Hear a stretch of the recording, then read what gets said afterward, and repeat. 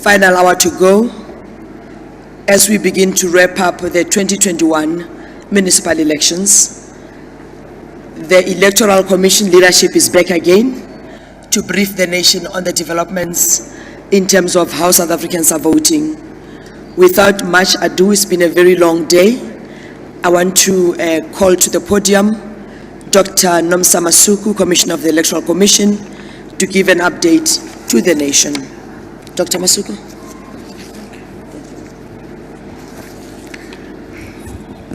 Thank you very much, Kate. Good evening, South Africa. Good evening, all that are here and those of us and those that are joining us virtually. The following is a statement of the Electoral Commission. Voting in the 2021 municipal elections is progressing across the country, and over 8 million South Africans have, as at 5 p.m., cast their votes at 23,148 voting stations, including the few whose opening was delayed in the morning. We encourage eligible voters who have not voted to use the remaining hours to go out and vote. Voters are reminded that they must vote only where they are registered. They can check their voting station details by dialing *120*42# or SMS their identity document to 32810. The contact center on 0800 11 8000 is also open until 9 p.m. tonight to assist voters. We have noted reports from our call center regarding some voters that registered who can't find their names on the voters' roll or the approved, what we call MEC 7 list. The Commission is attending and responding to complaints as they are raised.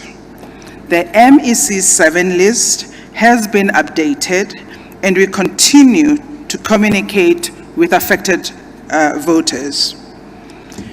Investigations have also been conducted, into the reported shortage of ballot papers in several voting districts. As pointed out earlier, there should be no shortage because the Commission procured 100% of the ballots needed.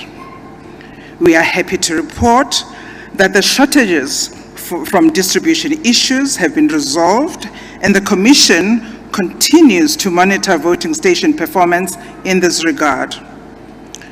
The Commission also reassures voters that sufficient universal ballot templates, also known as UBTs, have been procured, and there should be no shortages. Voters are encouraged to report shortages when experienced. The Commission, together with the South African National Council for the Blind, developed a UBT to assist persons with disabilities and special needs to have an independent and secret vote during elections. Earlier, we shared with the nation the few issues that have been reported to the Commission. We would like to present progress on these matters as follows. All the 20 voting stations that did not open in KwaZulu-Natal due to community protests have now opened. In the Eastern Cape, the 19 voting stations that did not open, also because of community protest, or rather more accurately, civil unrest, opened and now are processing votes. The Commission has fixed tents that have been blown away by strong winds in the Free State and Northern Cape. The Commission wishes to reinforce the following. Voting will continue throughout until 21 hours tonight, when voting stations close. Voters who are at the voting station or in a queue at 21 hours are allowed to vote. And I emphasize, voters that in the queue, in the voting stations, at 21 hours at close, will be processed and allowed to vote. Voters must have their ID documents with them and are reminded that each ballot paper must be stamped on the reverse. As the chairperson has been asking, please do check that the ballot papers are stamped on the reverse side. Voters are also reminded that it is prohibited to take a photograph of a marked ballot paper. This is essential to protect the secrecy and integrity of the vote. After voting stations close at 2100 and voters in the queues have voted, counting will begin. The first results are expected after midnight on these boards. The Commission has received reports of unrest in some parts of the country, and the CEO and his team will take questions if there are any on these matters. Thank you very much.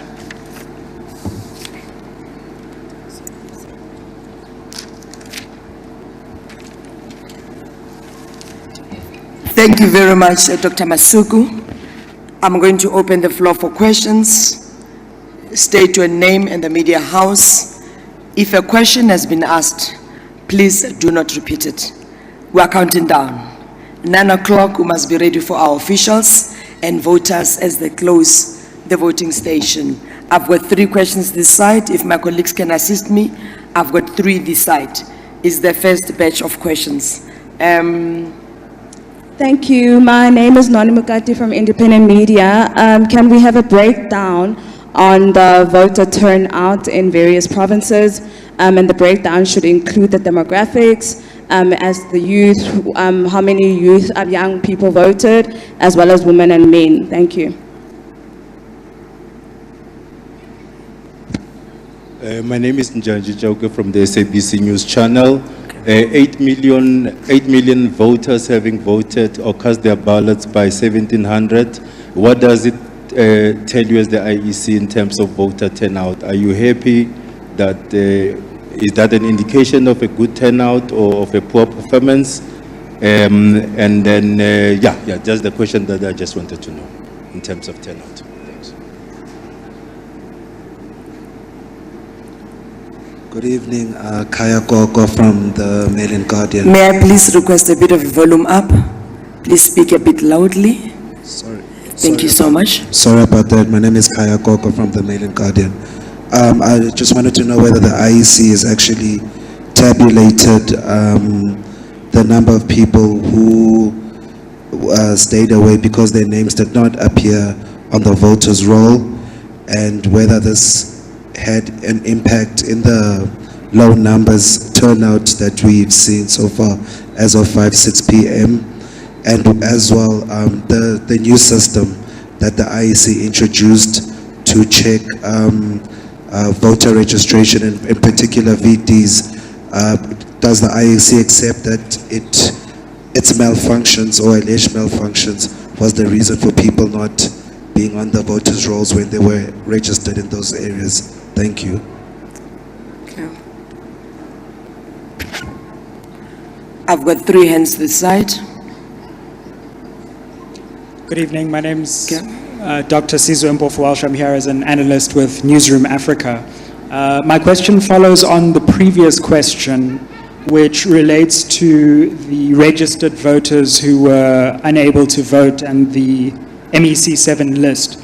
In addition to the number of voters that have been affected, could the Commission also tell us whether at this stage in previous elections there are more voters now that have been unable to vote compared to past elections? Can you give us a comparative sense of the last election and how many registered voters were unable to vote? Thank you very much. Thank you very much. My name is Mpo from ISPSA. I just want to find out about KwaZulu-Natal 20 VTs or voting stations, and the Eastern Cape 19 of them. if they are subjected to the 9 o'clock closing time, or maybe there's a mechanism that you guys came up with. Perhaps they're going to get a special time, or they're also subjected to 9 o'clock, since there was an unrest there. My name is Bungalwa from Newsroom Africa. There was an incident in Gqeberha involving the DA's Helen Zille, where she was frog-marched from a polling station. I just wanted to find out if the commission has received a report on that and if they can share the details thereof. Hello, Paige Muller here with Times Live. I'm just requesting to know, speaking to some of the politicians around here, they've raised concerns about the new management devices. They're concerned that they're interfering with the numbers, the turnout, and people's ability to vote. Do you feel the devices are a problem, or are they not? I'm taking the last two questions before I allow, last three questions before I allow the panel to respond. Okay, Busichi Mambe from the SABC. I'm interested in this situation where people haven't appeared on the voters' roll, or what you call the NEC 19 list. Is this a new phenomenon? Is this something that has happened in previous elections? And in as much as you say there will be an investigation, do you have a sense of what might be the cause of this particular situation? It's Natasha Perry here from SABC News. Just to follow up with the VMD devices. Earlier on, Mr. Mamabolo mentioned that I think 10 of them were problematic. Has the issue been sorted out? Furthermore, I'm not so sure if you're aware, but we got a report that would... Can I request just you repeat? Okay. Give us a bit of volume. Okay, I know it's been a long day. Commissioner Masuka, apologies. Yeah. So please. in terms of the voter management devices, earlier on it was mentioned in the briefing in the afternoon that I think 10 out of the 29,000 were problematic. Have they been fixed? Also, we've received reports that Ward 131 in Ekurhuleni Tembisa, IEC officials are actually turning voters away, specifically around the issue of the NEC. Yes, and then the last question, earlier on I asked about the Change Party leader, Liz Siba. I understand he had a meeting with Tate Mamabolo and Sheburi. What was the outcome? Because he was now saying that the elections need to be nullified because the IEC erred on their part. Yeah, thank you. Thank you. Let's take the last one. Here. Thank you. It's Samkele here from the SABC as well. Mine will stick to the poor voter turnout. Can the blame be apportioned to the IEC for, one may say, allegedly dismally organizing these particular elections, looking at the low voter turnout? Particularly, I was in the townships earlier on in Soweto.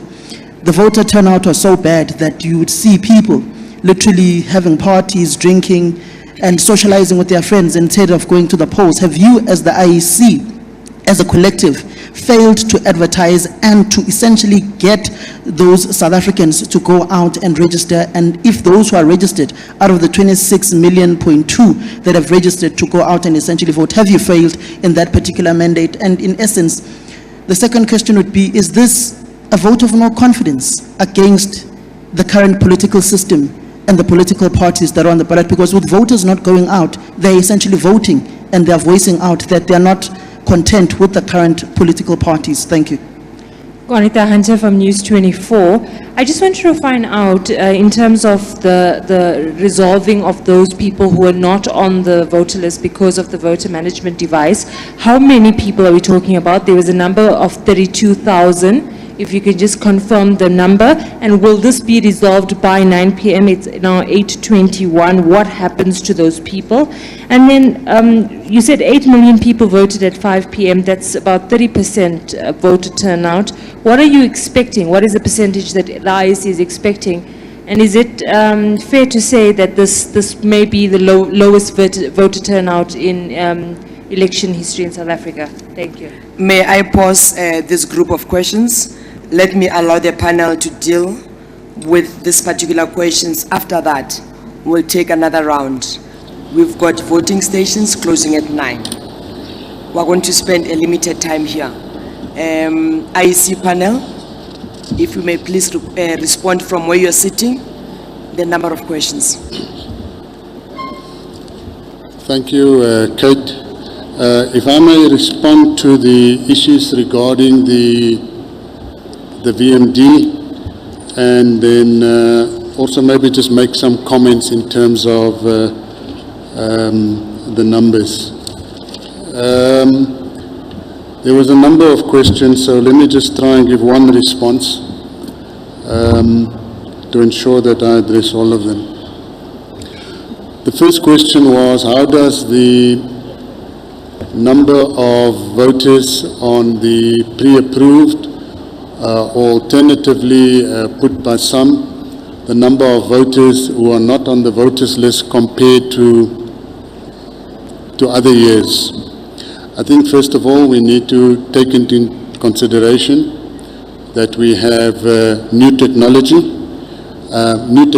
that has its successes as well as its challenges. The challenges experienced during the registration weekend is well known, and part of the issues that we are dealing with today emanates from them. It is not the device itself on the day that is giving us challenges.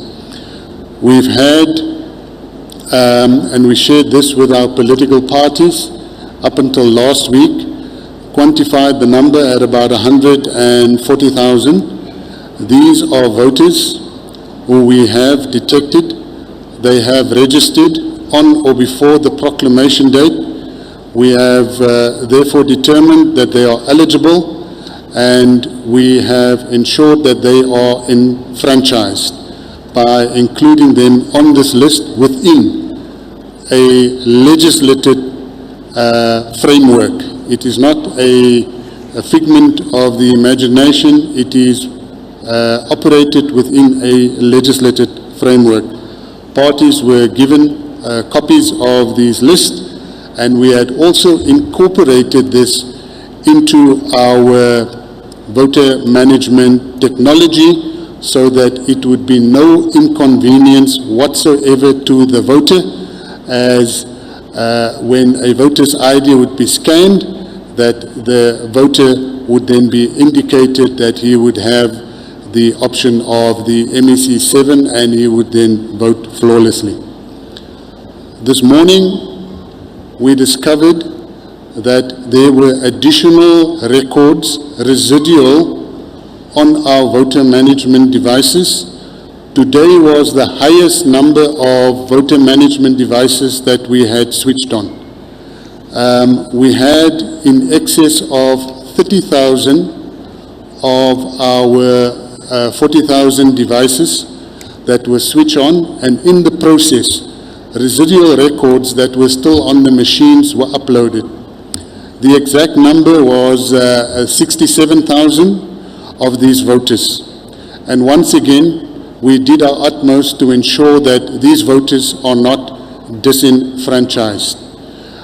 We had some challenges in uploading them as well onto the live file, but we had ascertained and briefed the PLC that as at 5 p.m., 35,000 of those voters had voted already, which leaves us with a residual of 32,000 voters.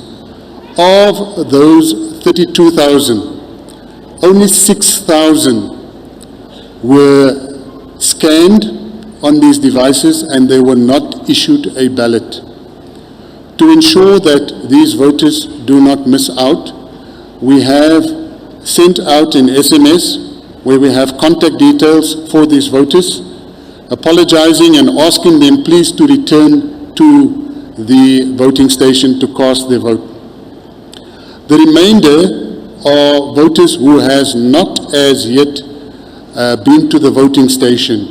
They will, however, because of the fix that we've made, their process will be flawless as they have now been verified, and should they present themselves to the voting station, they will be allowed to vote. The VMD just to give us some of the success stories to the day, the figures that you are able to quote is figures that you would not have had in the past. They are live, and they have been made possible by the fact that each and every voter that has been scanned have been processed through our service, and they have become available immediately. So it's really an advancement in terms of the technology. I want to, however, caution that the numbers you are looking at is only the numbers for today. Please don't forget that we also had voting on Saturday, and those numbers are, I think we did share with you at the briefing yesterday, is about 400 and odd thousand that needs to add to this. They are ever excluded the home visits, which were not recorded via the VMD, and we are also preparing those figures for release, which we will have available soon. So all of those numbers needs to be added up. The other issue that we also need to consider is that the numbers that you have now are people who have already been processed. People who are standing in the queues have not been processed, and they obviously are not included. So the numbers will obviously still change. By how much, I can't tell you at this stage, and we will only have a clear picture once all the queues have been dealt with. So perhaps, whilst it looks low, and I'm not promising that will increase significantly, it is perhaps maybe also a little bit early to begin to do comparisons. I hope that deals with all of those issues with regard to VMD and also the MEC 7s. Thank you. Thank you very much. Dr. Masuku, can you deal with some of the questions there? Can I just deal with? Isn't that the Miepia? Yeah. May I request Commissioner Miepia to deal with the remaining questions? Thank you very much. There are a number of questions which will help each other to just deal with. I think Mamokate asked a question about the breakdown, if I got the name right, the breakdown of voter turnout and demographics. We will not be able to issue it at this point right now, but we will be able to do that analysis after voting. We always do this with every election, and we promise we will do so when we issue the results. I think Njanji asked the question about turnout at 8 million. Is that good? We have indicated earlier that we are measuring voter turnout as we go on this occasion.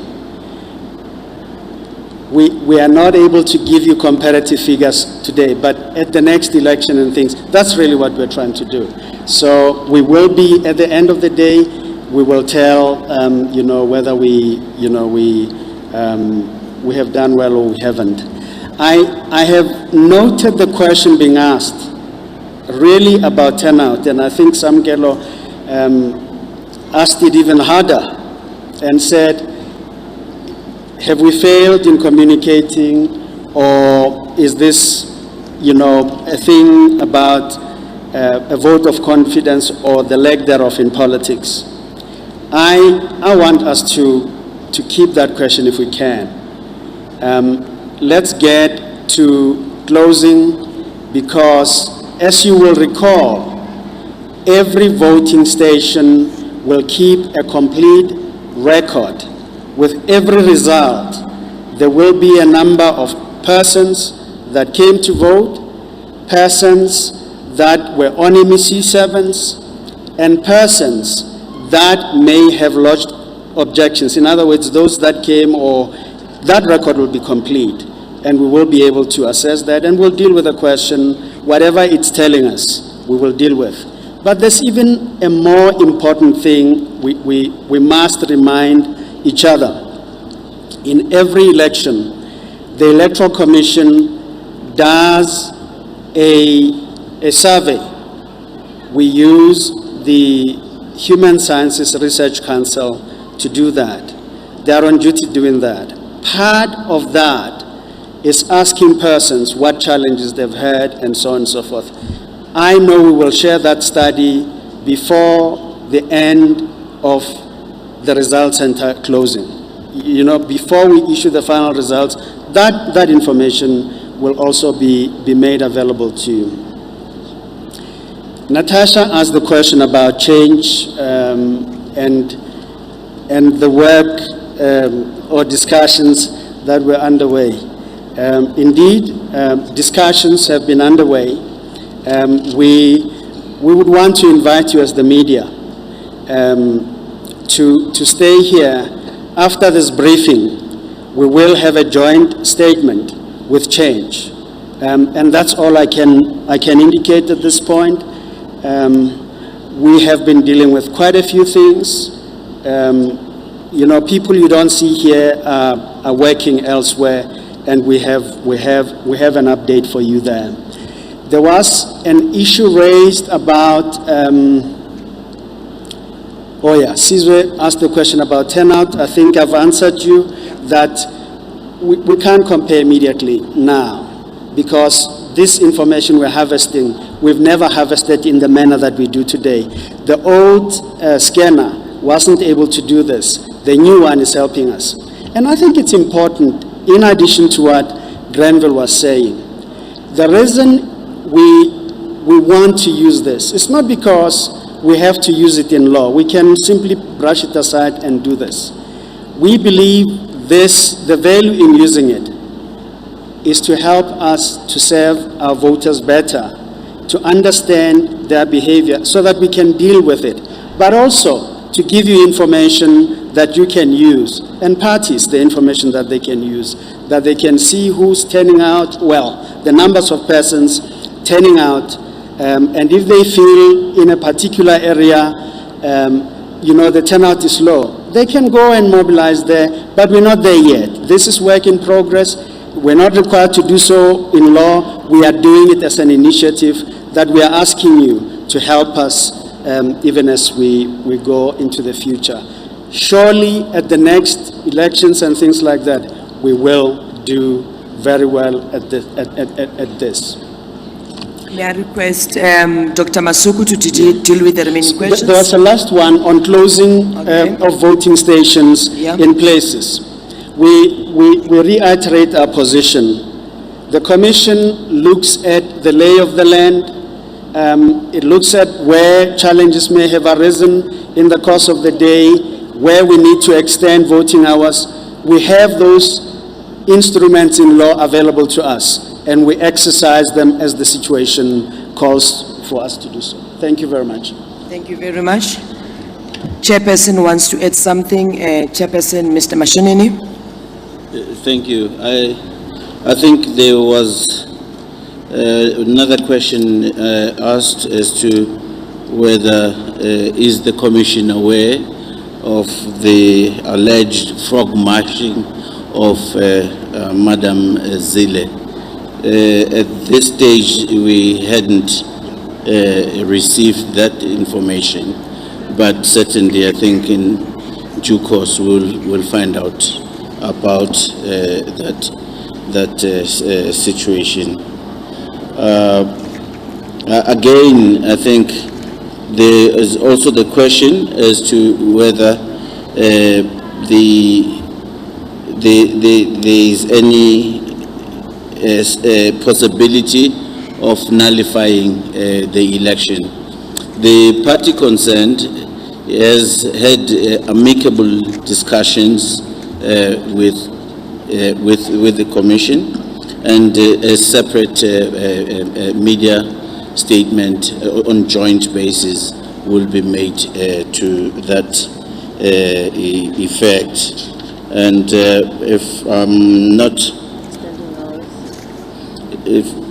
if I'm not mistaken also, the issue about extending of hours, as we said, we are dealing with that situation on case-by-case basis. The areas that had been affected by delays in opening, the operations center is liaising directly with those centers, but in principle, those who are within the voting district boundaries are supposed to be processed before we close, unless there are situations or developments that might raise threatening situation and safety concerns. Then those things would be dealt with on case by case by the Commission. But the last one, I think, is for Samgia. I think it is the role of the esteemed Fourth Estate to critique, to analyze, to speculate, and to project and everything. And from where we are sitting, we would like at this stage to remain as scientific as possible. So the objective information that is before us is what we will present. The reports that have been alluded in terms of the surveys are still things to be presented. We still like to see and hear what observers are going to say. So it might be an early stage for the Commission to be making opinions and views and analysis. So it's not that we're not noting your questions as to whether this raises matters of confidence or no confidence. No, does it raise the issues of dismal performance? No, does it at this stage give any conclusive point to say there is a problem with the VMD? I think one thing we as South Africans need to really look at is that we are on a journey with our electoral systems. And if we are to look at the system, how it has evolved in the last 27 years, we are heads and shoulders on ahead of many countries around the world, or we are on par with our peers. So the automation is one of the issues that this VMD is ushering for the future. And in that process, yes, there would be trials, errors, mistakes, or whatever. But at this stage, we have conclusive proof and evidence that it's not the VMD failure. And we can put it before anybody scientifically to actually scrutinize that. In fact, where we're sitting, we need to be moving forward. The elections business process is only just touched the registration and the kind of statistical information that we're sharing with you because of moving from the barcode scanner, which was zip, at that time was seen as revolutionary, and it received a Smithsonian award. And now we've moved to a point where we can locate you, we can be able to put you into where you live and all of that. In this particular stage, we are quite confident that it's not the question of the VMD failing. But there may be issues that relate to that.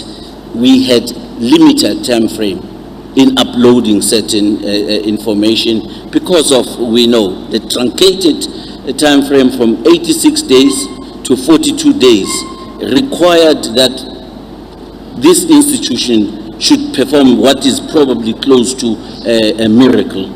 And this is why we are where we are. We will work forward, going forward, and also be looking to say there's still other issues in the business process of more and more automation of our system. That include issues of eliminating human error in counting, in the tallying, in the transmission of the information. It's a journey. So I'm just saying, yes, we note these things. We are not at a point where we can respond and counter arguments and debates. We're just saying, let's get to the facts. And at the moment, we believe we are sharing with you as transparent everything that we're receiving as we are all sitting here. I thank you. Thank you so much, Chair. I'm going to take the last round of questions. I'm worried about 9 o'clock, ne? We need to close. Let me start from this side because earlier on I ended this side. I'm going to start from that side. Dr. Masuku, have I missed any question? We have covered just one. May you please deal with it? And then we'll start from this side. Please do. My apologies, colleagues. I think this is an important question in terms of where we are. Someone asked if the MEEC 7 process is a new process. No, it is not. It is in section 7.2 of the Municipal Electoral Act. Thank you. Thank you very much for clarification, Dr. Masuku. May I start this way and then go this way? No repeats, ne? All right, brilliant. Let's Thank you start so this much. side. Thank you so much. Francis Luamachate from Progressive Independent News Agency. What is the significance of the zip machine in the voting process? I'm asking this because a number of voting stations that I visited today, I visited over 12 voting stations. Over 70% of them did not have a working zip machine. And how does this affect the entire process of ensuring free, fair, and transparent elections? And for the future, would you consider having at least one wheelchair per voting station? I'm asking this because in 3 different voting stations, I saw people who wanted to go and vote and they could not walk. One was amputated. He was struggling to even get into the voting station with the stretchers that he had. And I was thinking, if maybe there were wheelchairs, then that would have helped. And eventually another political party had to now usher this person in a car into the voting station because he was not able to go into the voting station because of that. That might also affect how will this person now vote as what he might have decided earlier, and now a particular political party ushering him because he was struggling. Thank you so much. Thank you. Good evening, Lukona Mnguni, Power 98.7. Just a quick one. I'm sure you are aware of voting station monitoring download PDFs doing rounds on various WhatsApp platforms and social media platforms with your IEC emblems.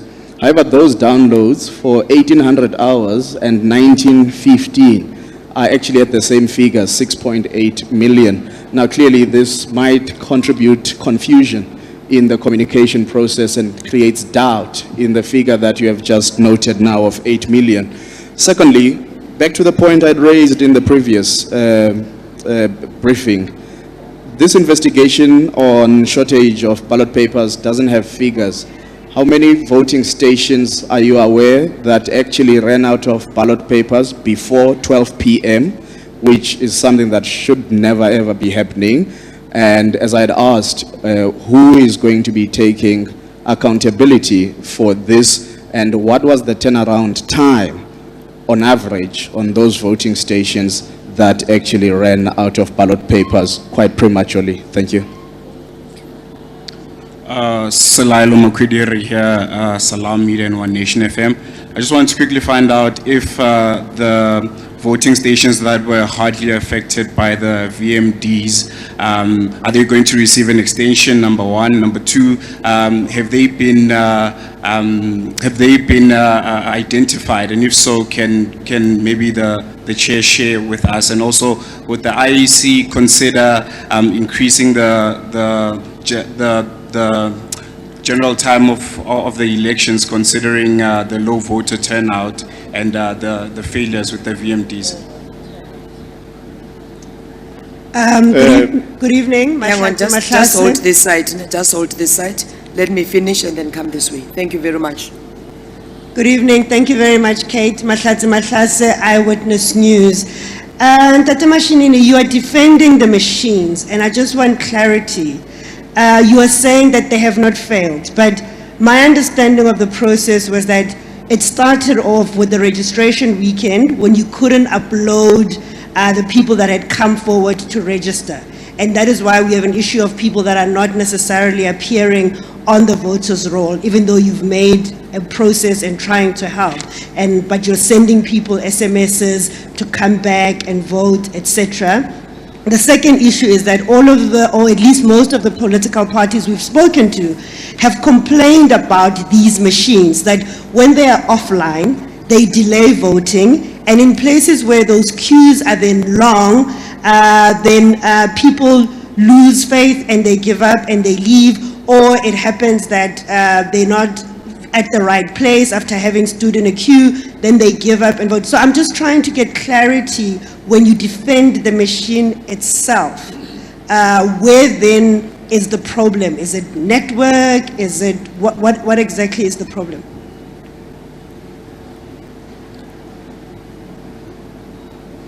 Thank you very much. I'm going to move to this block. I've got 2 questions. Then afterwards, we move to the last block. Yes, thank you very much.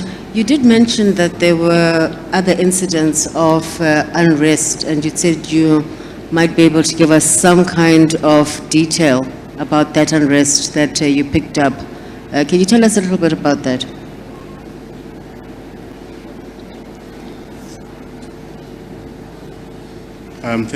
Thank you. Just to follow up on my part, you've said that 8 million votes have already been cast, and you are not able, obviously, to give us what the final figure will look like, given the fact that the stations are still open. Are you, though, able to tell us, of the 8 million votes, as to where the percentages of where they came from? Do we have a scenario of where we have a Western Cape with the highest number? If so, which of the provinces has the lowest percentage? Can you share those details with us? Okay. My name is Norman Masungwini from City Press. Earlier on, you mentioned that there were incidents whereby IEC officials were arrested and some were dismissed. Are you in a position to tell us how many incidents and how many officials have been dismissed and arrested up to so far? And what happened to those reported stuffed ballot boxes? Are they going to be part of the counting? Thank you. Good evening, Jan Gerber, News 24. Action SA earlier today released a statement complaining that many of their voters said they couldn't find the party on the voting on the ballot paper. Did the IEC receive any such complaints? And secondly, what issues did the parties raise at the Party Liaison Committee, and how have those issues been addressed? Thanks. Good evening, Kaya Koko from Mail and Guardian. I just need clarification on one of the previous answers. Is it 140,000 plus voters that the IEC failed to upload initially, plus the 67,000, or is the current figure now at 6,000? Just please clarify the answer. Thank you very much. Looks like we have covered the questions from this side. I know Bonolo had 1 or 2 questions from the online system. Can we just bundle that together so that the panelists can deal with this last group of questions? Because 9 o'clock is threatening, so we need to go and close. Let's go, Ceci. Okay. The first one comes from Marvin Adams, and he says, has the IEC noted the increasing violence that often follows elections? And has the Justice Cluster briefed the IEC on incidents that occurred from the time the polls opened today? We also have one from Cape Argus, and they say, voters in Straybrand Park, Cape Town, have complained of registration failures. How are these being sorted, and who will they be able to complain to? The last one says, is the IEC aware of any irregularities? Okay, this one I think came through earlier. Yes, Tando Kubeka from Eyewitness News says, there has also been issues with voting stations being offline and people not being able to cast their ballots. How is this going to be addressed? The last one is from Lizega Tandwa at Mail and Guardian, and she says, there's a call that the government must suspend curfew for today. Is this a call that the IEC supports? Can you repeat the last question, please, Bonolo? Okay. The last question says, there's a call for government to suspend curfew today. Is this a call that the IEC supports? Okay. Thank you very much. The IEC panel is ready to take this last batch of questions and issues of clarity. Grenville, are you the one to start first? Thank you. Thank you, Kate. First of all, the significance of zip-zips. May I just add that none of the technology is a requirement in terms of the voting process as contained in the legislation. These are merely tools to assist us to make our jobs easier. The zip-zip, we have decided to deploy the zip-zip to assist us with queue management and also to direct or redirect voters, specifically in the cases where we have voting centers. So this would normally be at a school and we'd have a number of classrooms. So to direct the person to the correct classroom, we would use the zip-zip. If the zip-zip was not present or if the zip-zip for whatever reason malfunctioned, then this would in no way affect the voting process. It's just a tool to aid us. Then the issue of ballot papers is in the cases where they happened, in the isolated cases where they happened. This is attributed to the management of the distribution of ballots. There is no way that we would run out of ballot papers. We provide for 110% and we round up to a full ballot paper. And if you look at the turnout, as you have mentioned now, there is absolutely no way that we would run out of ballot papers. So in the cases where we have where the ballot papers weren't present, we were able to remedy those timelessly. I think the ones where we probably had the longest delay was in about 12 to 15 voting stations in eThekwini, but those were also resolved during the course of the day. I don't know where the narrative comes from about VMDs being offline and hampering the voting process. The VMD is fully equipped to operate in offline mode. And in offline mode, you do not need connectivity. So, if connectivity is a requirement to work online, then I can assure you in offline mode it will work faster rather than slower, since there is no connection required. So there is no truth in the fact that BMDs were offline and it delayed the process. We are aware of one occurrence during the day where we were briefly had delays on the machines. We are ever easily remedied that by issuing instruction to all of our voting stations just to restart machines, and then the processing happened smoothly after that. We were monitoring the processing of transactions for the entire day, and there was at no stage through the network or through the APN any strains or stresses that we could not deal with. And we can prove that in terms of the performance of the system. So there is no way that if it was that a voting station worked in offline mode, that it would delay the process. I think there was a question as to the numbers or the returns having been unchanged for a specific period. I didn't get the duration, but the reports that we make available, that's in our internal system, so you would have received it from our people in the operational cross. They are updated periodically. So I don't know what the interval of the period was or the date of and time or the time of the reports that you have, but I can assure you they are updated. I think it's every 15 minutes.